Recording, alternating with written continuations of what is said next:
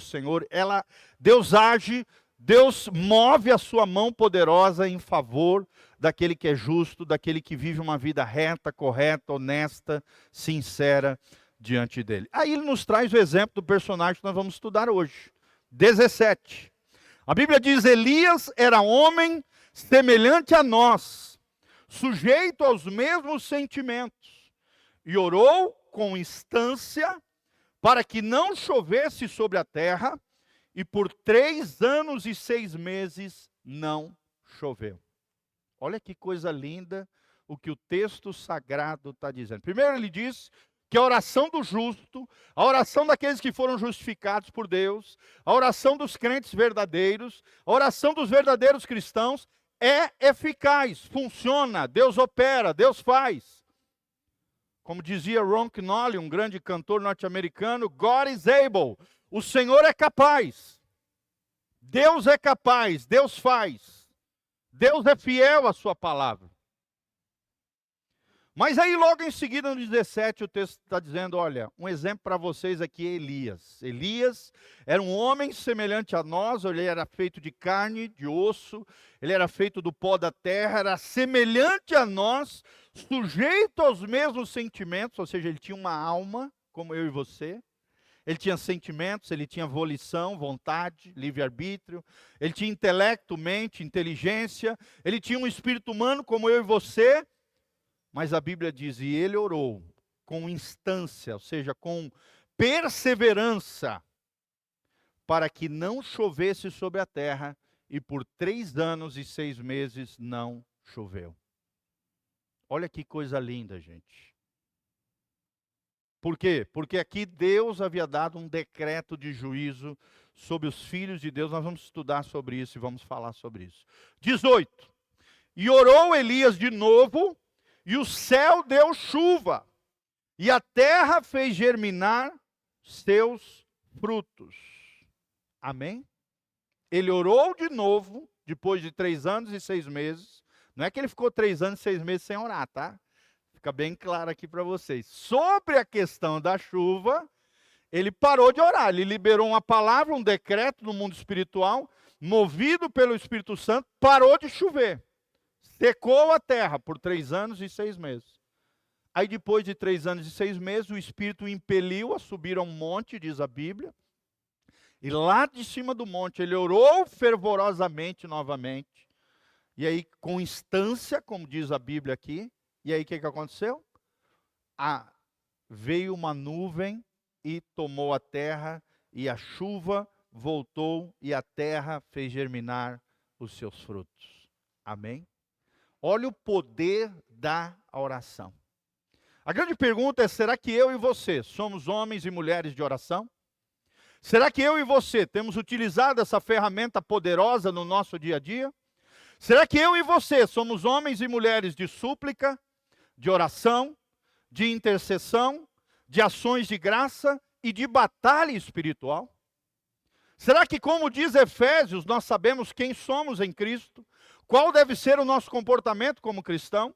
E como nos tornarmos um verdadeiro guerreiro espiritual? O livro de Efésios, uma revelação sobre o coração de Deus acerca da igreja, nos ensina esses 3 princípios.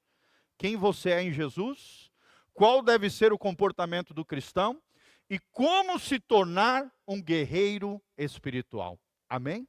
Fala comigo, eu preciso saber, bem alto, fala, eu preciso saber quem eu sou em Cristo, como eu devo me comportar como um verdadeiro cristão e como me tornar um guerreiro espiritual.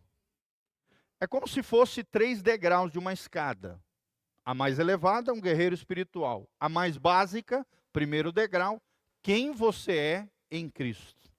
Segundo degrau, como se comportar como um verdadeiro cristão. Segundo nível. Terceiro nível, mais elevado, como se tornar um guerreiro espiritual. Glória a Deus, irmãos. Eu quero ser um guerreiro espiritual. Você também? Então, dedique-se em ações de graça, em oração, em intercessão, em súplica, em batalha espiritual, meu irmão. Que eu e você, que esta igreja seja uma igreja de homens e mulheres de oração.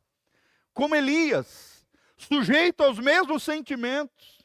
Homem, e você mulher aqui, algumas mulheres, de carne e osso, do pó da terra, vasos de barro, pessoas com os mesmos sentimentos que Elias. Só que a grande diferença de Elias era justamente a oração.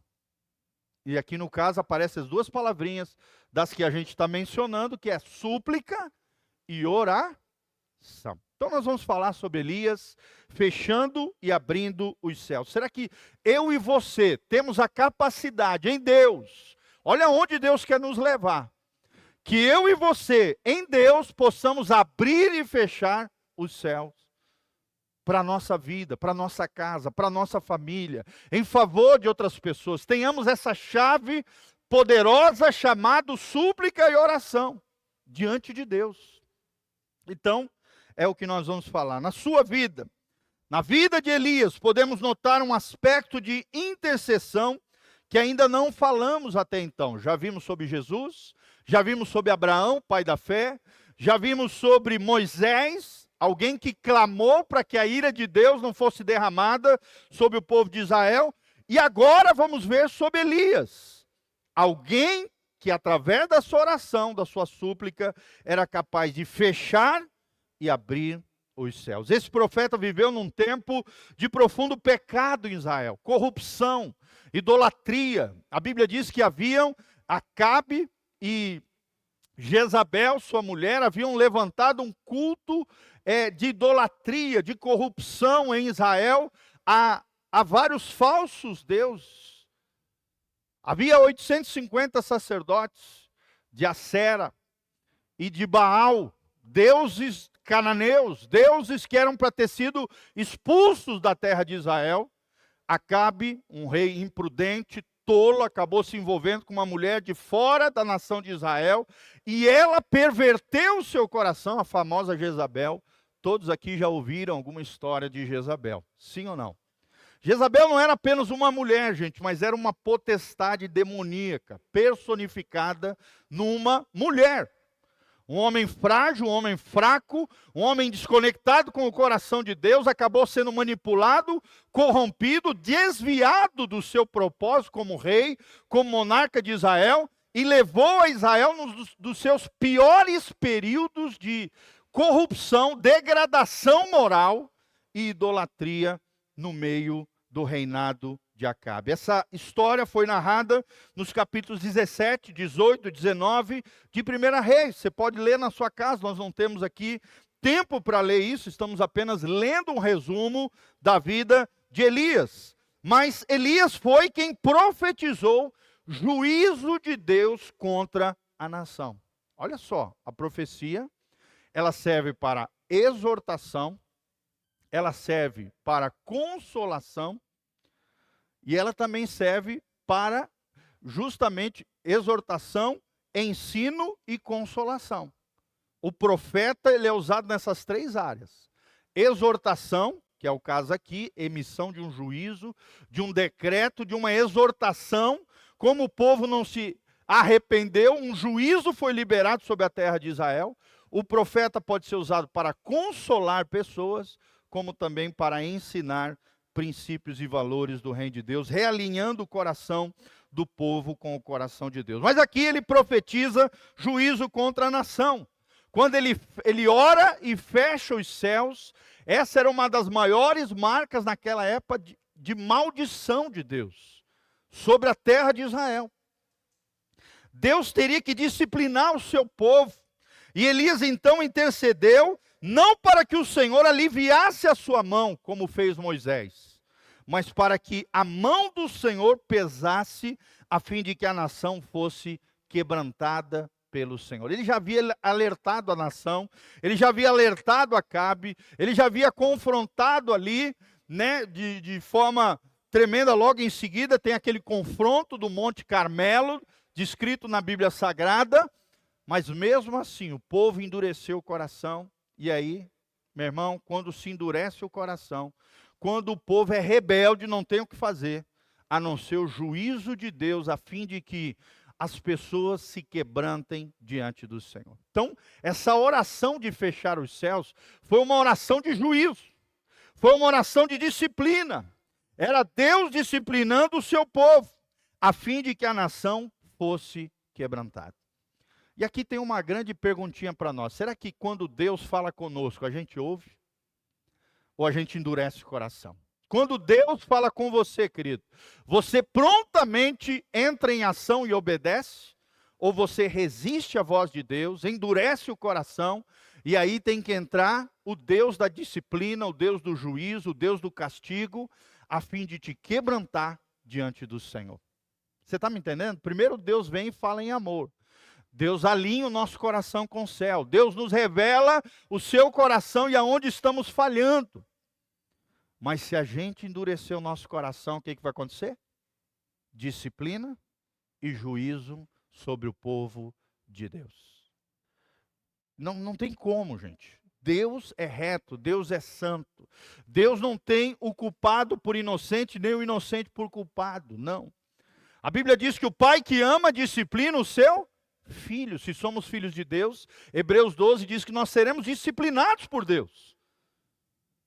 Então, melhor do que a disciplina e o juízo de Deus é ouvir ao Senhor quando Ele nos exortar, quando Ele nos consolar, ou quando Ele nos ensinar alguma coisa que nós estamos nos equivocando. Escute a voz de Deus. O Espírito Santo está falando conosco. Amém? Assim como Deus usou Elias na sua época, Deus está nos usando a fim de que a nação, que o seu povo, a sua gente, permaneça quebrantada diante do Senhor. Então, temos muita coisa a aprender com Elias, o grande profeta Elias, um dos maiores personagens do Antigo Testamento. Grandes personagens do Antigo Testamento. Adão, Abraão, Moisés, que para mim é o maior personagem do Antigo Testamento, sem dúvida nenhuma Moisés. Depois nós temos, Samuel, Josué, temos vários personagens, Davi, talvez seja o segundo grande homem do Antigo Testamento, Salomão e assim vai, Elias e Eliseu com certeza estão na galeria dos maiores personagens do Antigo Testamento. Por isso nós estamos estudando ele, é claro que a ênfase aqui é intercessão.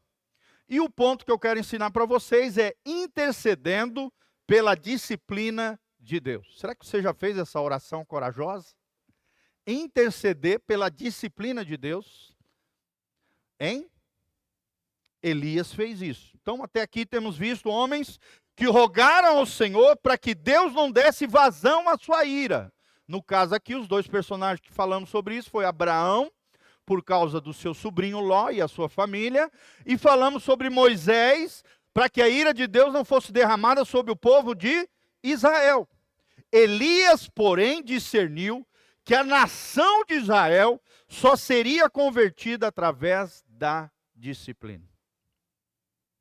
Irmãos, eu creio que o Brasil está passando por uma disciplina de Deus. Sim ou não? Sim. Nós temos visto acontecendo coisas estranhas, coisas esquisitas. Pelas escolhas que os brasileiros têm feito, tanto a nível de pecado, quanto a outros níveis que vocês sabem que a gente está falando, infelizmente, a nossa nação também, provavelmente, é o que nós percebemos no mundo espiritual, também está passando por uma disciplina de Deus, pelas coisas erradas que nós temos escolhido. Sim ou não? Sim. A mesma coisa acontece com Israel. Tem gente que só é convertido através da disciplina. Tem gente que só se quebranta diante de Deus quando é disciplinado, quando está debaixo da vara de Deus. E Deus usa, inclusive, a maldição, que é o mal em ação, como uma espécie de vara de disciplina e correção para nos conduzir novamente ao caminho da bênção, da bem-aventurança diante de Deus. Tem muita gente que pensa que é o diabo que gera a maldição, é o diabo que criou a maldição. Não, irmão, foi Deus que criou a maldição. Deus não criou o mal, Deus permitiu a existência do mal. Amém? Mas a maldição, ela acontece porque o ser humano, as suas criaturas, quebraram a lei de Deus. Então tem que ter uma punição. a punição é a maldição. Deus usa Satanás, Deus usa os demônios, Deus usa circunstâncias difíceis, Deus usa disciplinas, juízos, como uma vara de amor e de correção para nos trazer de volta aos caminhos do Senhor. Amém? É igual quando você está dirigindo, de repente você passa da velocidade e leva uma multa, sim ou não? Sim. Aquela multa, ela tem um fator pedagógico. Eu mesmo, uma vez levei uma multa por causa de 2 metros de pista, de 700 e poucos reais. Gente, foi só dessa vez mesmo. Foi só para aprender a burrice que eu fiz. Na verdade, eu não vi, o cara estava na minha frente, eu não vi que tinha acabado a pista. Ultrapassei, a hora que eu passei por ele, peguei 2 metros de pista dupla. E o guardinha lá na frente viu. O que aconteceu? Uma multinha de 700 e poucos reais. Irmão, eu nunca mais passei em pista faixa dupla. Foi uma correção para mim, sim ou não? Sim. Então, às vezes a disciplina, a multa de Deus, que no caso aqui é a maldição, a correção, a disciplina, o juízo, é para nos ensinar a não fazer aquilo que é errado. Sim ou não, gente? Tem vezes que a gente só se quebranta com uma multa, só se quebranta com um juízo, só se quebranta com uma disciplina. Na época de Israel era a mesma coisa. Por isso, Elias profetizou que haveria seca sobre a terra. Segundo Tiago, que nós lemos aqui, ele orou com instância. Fala comigo, instância. Por esse motivo, ou seja, para que o céu se fechasse, para que não chovesse, para que a disciplina de Deus viesse, e Deus o ouviu e o respondeu. Deus ouve, até para fechar os céus. Deus ouve, até para parar de chover. Deus ouve os seus filhos que oram com instância. Instância aqui é perseverança. Perseverança, constância. É uma oração dirigida a Deus, é uma oração forte, é uma oração com fervor, perseverante.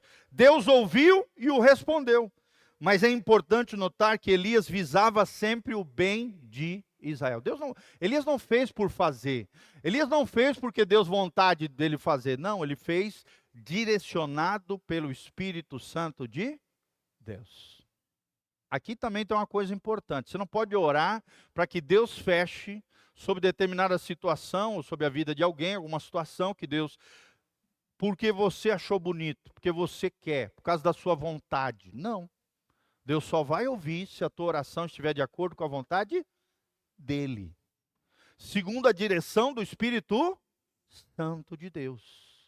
Aí sim, você vai orar com instância e Deus vai ouvir e vai responder. Tudo isso visava o bem de Israel, o povo de Deus, que havia se extraviado, que havia se corrompido, que havia idolatrado, que havia prestado cultos, idolatrias a Sera, que era uma deusa lá, cananeia, e Baal, que significa Senhor, com S minúsculo, um dos deuses dos cananeus e das nações que estavam na terra de Israel, antes da terra ser tomada pelos hebreus. Então, ele não estava lançando maldição sobre o seu povo, não, porque esse nunca é o espírito de um intercessor, ele não estava praguejando contra o povo, não.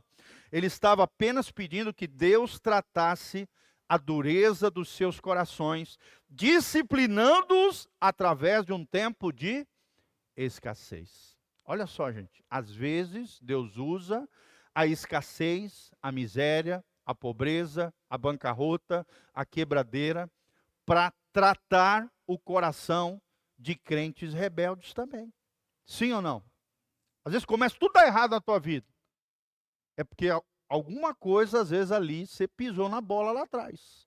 Alguma lei foi quebrada, alguma situação que Deus falou, você não obedeceu. Alguma questão na palavra que você sabia que não devia fazer e fez. Deus usa a escassez, a quebradeira, a miséria, para disciplinar, às vezes, seu povo, seus filhos, a fim de que eles se voltem para o Senhor. Fala comigo, Deus me livre. Ninguém quer isso, não é verdade? Então o que nós temos que fazer? Obedecer. A obediência gera promessa. A bênção e a prosperidade está condicionada à obediência. Se atentamente ouvirdes a minha voz e obedecerdes os meus mandamentos, comereis o melhor dessa terra.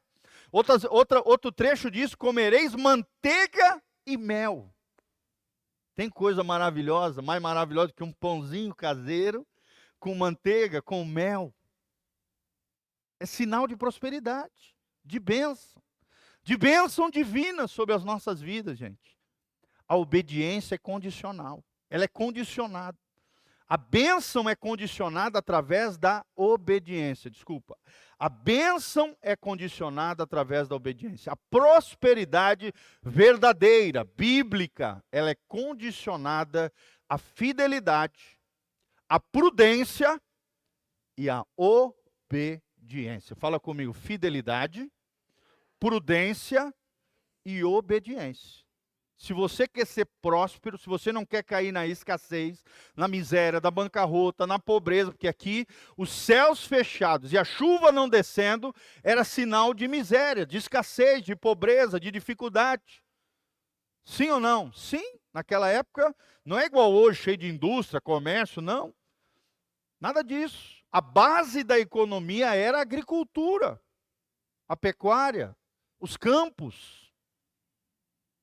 E a escassez veio como um juízo de Deus sobre a terra de Israel. E só foi modificada depois do desafio do Monte Carmelo, onde o povo de Israel, vendo o fogo descer do céu e consumir o altar ali que Elias havia levantado, se voltou ao Senhor, diz o texto sagrado. Amém? Quantos aqui querem se voltar ao Senhor sempre? Então lembre-se disso. Não brinque com as coisas de Deus. Não caia na desobediência. Não seja rebelde.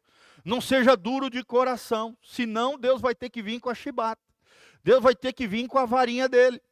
Deus vai ter que vir com a disciplina. E uma das disciplinas que Deus usa é a escassez. O tempo de escassez, a fim de que eles se voltassem para o Senhor. Hoje podemos agir da mesma maneira. Se estivermos sob a direção do Espírito Santo, quando a dureza do coração dos homens parece não dar espaço para a ação do Senhor em determinadas situações, movidos pelo Espírito Santo, novamente, podemos orar para que venha a disciplina e esta produza o arrependimento necessário a pessoas, a situações e até a nações. No caso aqui, foi a nação de Israel. Temos que orar para que haja avivamento no Brasil? Sim ou não, irmãos? Sim, mas mais do que isso, nós precisamos orar para que haja um abibliamento. Não é só avivamento, é abibliamento. Arrependimento, quebrantamento, obediência, prudência, fidelidade no meio do povo de Deus, para que Deus mude a sorte da nossa nação. Será que temos sido fiéis? Será que temos sido prudentes? Será que temos sido obedientes diante do Senhor? Ou temos sido rebeldes, duros de coração? Deus quer nos alertar sobre isso através dessa palavra. Segundo ponto que eu quero te ensinar, meu irmão, segundo princípio, o segredo da fé e da perseverança na intercessão. O segredo da fé e da perseverança na intercessão. Depois que a nação se converteu, debaixo de um maravilhoso avivamento, Elias voltou a orar, como eu falei, e desta vez para que houvesse chuva sobre a terra. Coloca lá para nós, 1 Reis 18, 41, 45. 1 Reis 18, 41 a 45. Então disse Elias a Acabe: sobe, come e bebe, porque já se ouve ruído de abundante chuva. Quem quer a abundante chuva do Senhor aí sobre a sua vida? Levanta as mãos e fala: Senhor, eu quero abundante chuva. Olha que coisa ali, não é qualquer chuva, não é chuva meia boca, é abundante chuva de bênçãos de Deus. É claro que aqui era água literalmente que foi derramada sobre a terra de Israel. É abundante. Não é uns pinguinhos. Não é mais ou menos. É a abundante chuva que Deus quer derramar sobre a tua vida. Subiu Acabe a comer e a beber, Elias, porém, subiu ao cume do Carmelo, do Monte Carmelo, e encurvado para a terra, meteu o rosto entre os joelhos. É interessante que quando você se deita e coloca o rosto entre os joelhos, é a posição fetal. Sim ou não? É. Como se você estivesse fazendo uma gestação de algo no mundo espiritual. Essa posição não foi escolhida à toa, gente. Você está fazendo algo no mundo espiritual, gestando algo no mundo espiritual. Ele meteu o rosto entre os joelhos e disse ao seu moço: sobe e olha para o lado do mar. Por quê? Porque as nuvens vinham naquela direção. Ele subiu, olhou e disse: não há nada. Então lhe disse Elias: volta novamente. E assim por 7 vezes voltou. Na 7ª vez, disse: eis que se levanta do mar uma nuvem pequena, como a palma da mão do homem. E então disse ele: sobe e dize a Acabe: aparelha o teu carro e desce, para que a chuva não te detenha. Dentro em pouco os céus se enegreceram, com nuvens e vento, e caiu grande chuva, e Acabe subiu ao carro e foi para Jezreel, e a mão do Senhor veio sobre Elias, o qual cingiu os lombos e correu adiante de Acabe até a entrada de Jezreel. Olha que coisa linda, gente. Olha que coisa poderosa, o poder da oração de um homem de Deus. Ele gerou isso no mundo espiritual, através da oração. Deus havia o direcionado, ele avisou o rei. Ele foi no cume do monte. O monte aqui é um símbolo da presença de Deus. O monte pode ser o teu quarto, pode ser o teu escritório, pode ser o tapete ali onde você dobra o joelho e ora, pode ser o seu sofá, pode ser a sua cama, seja onde for, irmão, que você busque a Deus. O cume do monte, ele orou, mandou o servo dele, Geazi, 7 vezes, né? E ele foi ali 7 vezes. Na 7ª vez, a nuvem veio, se formou aquela abundante chuva, e a chuva foi derramada sobre Israel. Amém? Irmãos, quanto mais nós orarmos, a chuva de Deus será derramada sobre nós. Se você quer abundante chuva, se você quer bênção, prosperidade, unção, graça, glória, milagres, sinais, maravilhas, principalmente o maior milagre que existe, que é a conversão, salvação de vidas, através da sua vida, precisamos orar, precisamos ser como Elias, precisamos gerar isso no mundo espiritual, através da oração, através da intercessão. Vemos aqui o segredo da fé e da perseverança. 7 vezes, Elias mandou o seu servo ir olhar se a nuvem estava chegando, e na 7ª vez, a nação de Israel recebeu essa bênção do Senhor. Então, assim, fica claro o objetivo central aqui da oração de Elias, a bênção sobre a nação. Agora a narrativa bíblica revela uma outra qualidade fundamental na vida do intercessor, a fé. Elias era um homem de fé. Será que eu e você somos homens e mulheres de fé? Será que eu e você cremos no poder de Deus? Será que eu e você temos experimentado o sobrenatural de Deus nas nossas vidas? Elias disse a Acabe: já se ouve ruído de abundante chuva. Ou seja, ele já havia ouvido antes da chuva chegar. Olha que coisa linda, isso é fé. Você já está ouvindo antes que as coisas aconteçam. Você já está vendo antes das coisas acontecerem. Isso é fé, no versículo 41.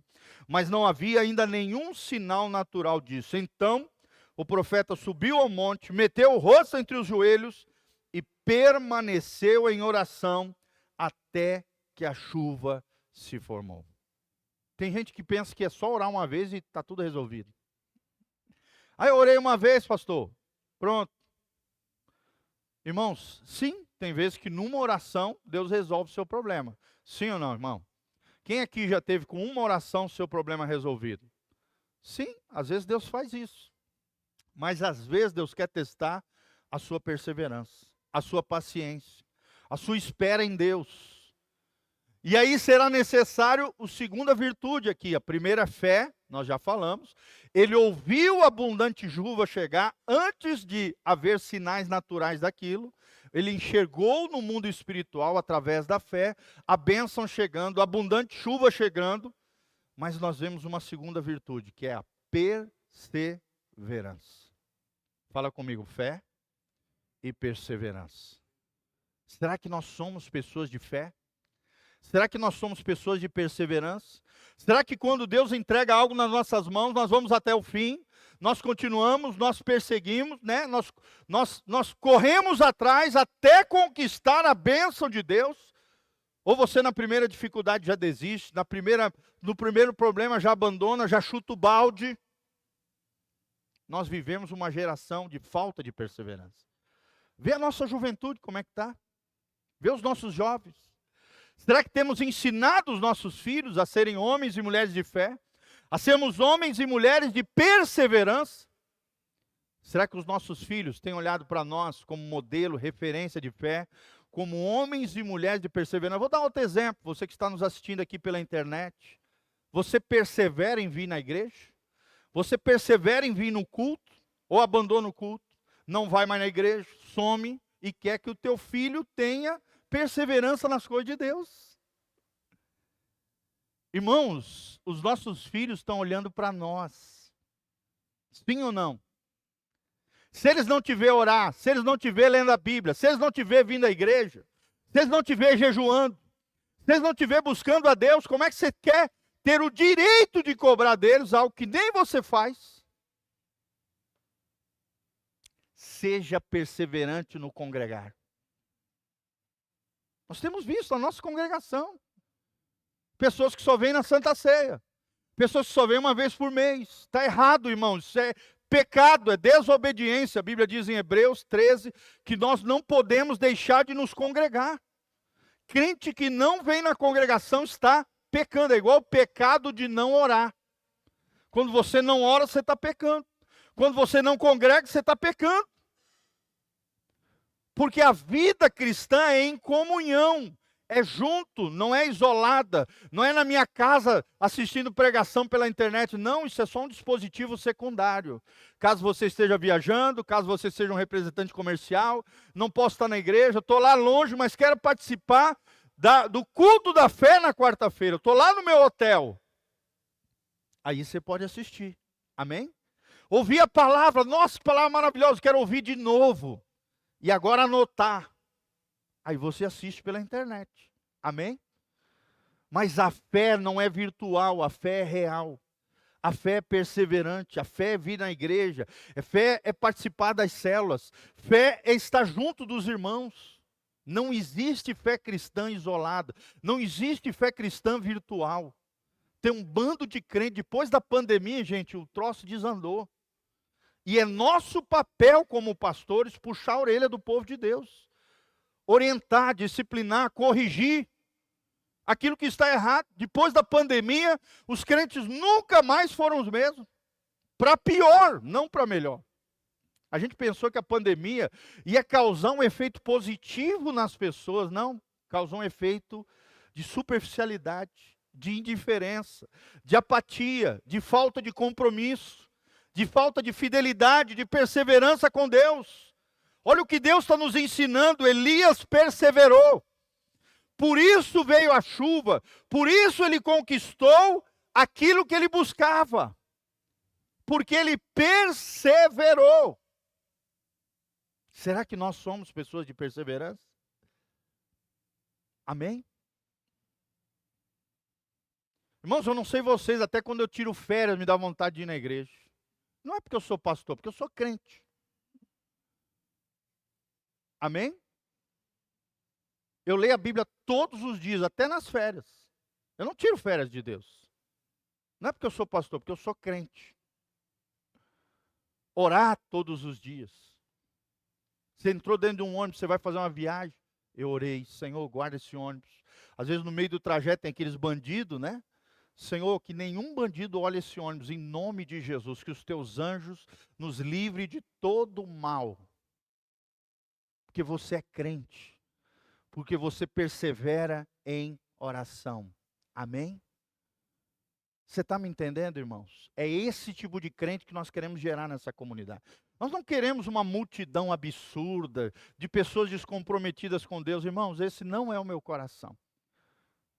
Eu prefiro ter um grupo, um punhado de gente abençoada, consagrada, perseverante, cheia de fé e fidelidade ao Senhor. Na verdade, Deus já sabe meu coração, eu já estou satisfeito com o número de pessoas que a gente tem. Claro que eu gostaria de muito mais, sempre a gente quer, só que eu prefiro ter menos com mais qualidade do que ter uma multidão de pessoas superficiais com Deus. Sim ou não? Tem igrejas que têm uma multidão de pessoas vazias de Deus. Eu não quero uma igreja assim. Amém? Eu quero um povo comprometido, fiel e perseverante com o Senhor. O povo de Elias, o povo de Eliseu, o povo de Moisés, o povo de Abraão, o povo de Neemias, o povo de Esdras, o povo da palavra, o povo de oração.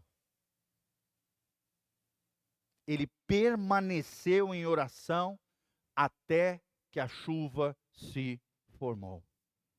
Amém? Quem quer ser abençoado aqui? Qual é o segredo da bênção de Elias? Fé e perseverança. Fé e perseverança. Elias caminhou com Deus. Elias orava, o céu se fechava. Elias orou 3 anos e 6 meses, o céu se abriu e houve abundante chuva sobre Israel. E o terceiro e último princípio que eu quero te ensinar na vida de Elias: o intercessor não é um super-homem. O intercessor não é um super-homem. Sabe, não é porque você ora que você é um iluminado, um ser cintilante, um ser divino. Não. Não, irmão. Não. Elias não era um super-homem. A Bíblia diz ali em Tiago, nós lemos, ele era um homem com os mesmos sentimentos que nós, com as mesmas fraquezas, com a mesma alma, com o mesmo corpo, sujeito às mesmas mazelas. Ele não era um super-homem, ele não tentou ser um super-homem.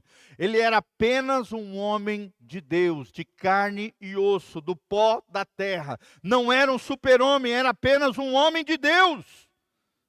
Uma grande verdade que aprendemos com a vida desse profeta, que para termos um ministério eficaz na intercessão, não precisamos ser super-homens, ser super-mulheres. Ouçam aqui para mim, mulheres, olha aqui para mim, fazendo favor. Você não é uma super-mulher. Não queira ser uma super-mãe. Não queira ser uma super-mulher de Deus. Não, irmão. Seja apenas uma mulher de Deus. Uma mulher piedosa. Uma mulher virtuosa. Você sabe por que eu já vi muito isso no gabinete pastoral. Mulheres frustradas, homens frustrados, mas principalmente vocês, mulheres, frustradas porque vocês querem ser uma super-mãe, uma super-mulher, uma super esposa. Deus não quer isso de você. Deus quer apenas que você seja mulher. Amém? Uma simples, singela mulher de Deus. Você não tem controle sobre os teus filhos. Teus filhos estão nas mãos de Deus. Eu estou passando por esse momento agora. Os filhos tudo já grande, adulto, faz as suas próprias decisões, suas próprias escolhas. Eu já ensinei, eu já passei os ensinamentos, os princípios, eu continuo orando, intercedendo, mas cada um deles precisam ter a própria experiência com Deus. Se eu não ensinasse, eu estaria em déficit. Mas como nós ensinamos, continuamos ensinando, continuamos aconselhando, continuamos orando, cada um deles tem que tomar suas próprias decisões em Deus. Nós não temos o controle de todas as coisas. Só Deus tem o controle de todas as coisas, irmãos. Só Deus é soberano. Só Deus é todo-poderoso. Só Deus é onipresente, onisciente e onipotente. Eu e você não somos. Dizia um teólogo brasileiro: Deus não quer que você seja nem um anjo, muito menos que você seja um demônio. Deus quer que apenas você seja um ser humano semelhante a Jesus. Amém? Fala comigo, eu preciso ser apenas um ser humano, semelhante a Jesus. Não negue a sua humanidade. Deus não te fez para ser divino, super-homem. Deus te fez apenas para ser humano. Seja o mais humano possível. Seja o mais sensível possível dentro da sua humanidade. Não queira ser aquilo que é impossível você de ser, um super-homem. Não, ele não fez isso. Diz Tiago que Elias era homem semelhante a nós. Ele era semelhante a nós.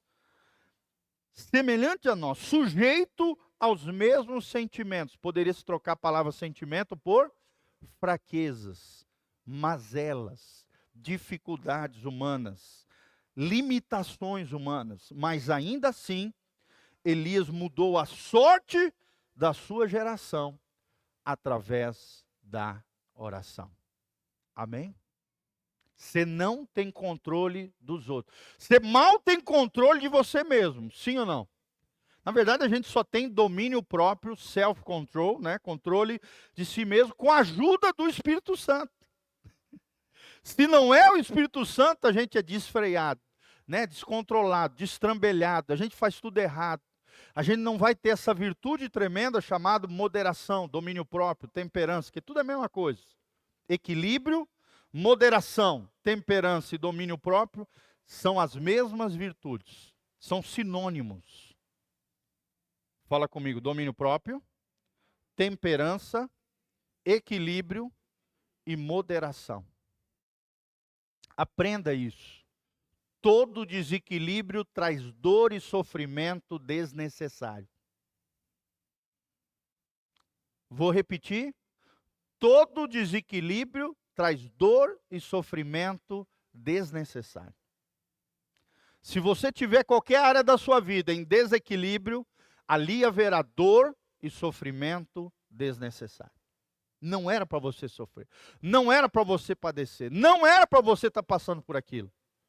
Mas por causa do desequilíbrio, dor e sofrimento chegaram naquela situação. Vou dar um exemplo prático disso. Se você for desequilibrado nas suas finanças, o que vai acontecer?